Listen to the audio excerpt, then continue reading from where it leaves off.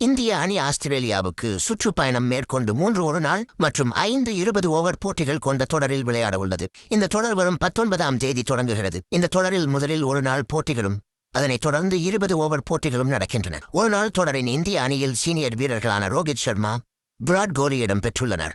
7 மாதங்களுக்கு பிறகு இருவரும் களம் காணுவதால் இந்த தொடருக்கான எதிர்பார்ப்பு ரசிகர்களிடையே பெரும் எதிர்பார்ப்பை ஏற்படுத்தியுள்ளது. இந்நிலையில் இந்த தொடரில் பங்கேற்பதற்காக இந்திய வீரர்கள் இன்று டெல்லி விமான நிலையத்தில் இருந்து ஆஸ்திரேலியாவுக்கு புறப்பட்டனர். இது தொடர்பான வீடியோ சமூக வலைதளங்களில் வைரலாகி வருகிறது.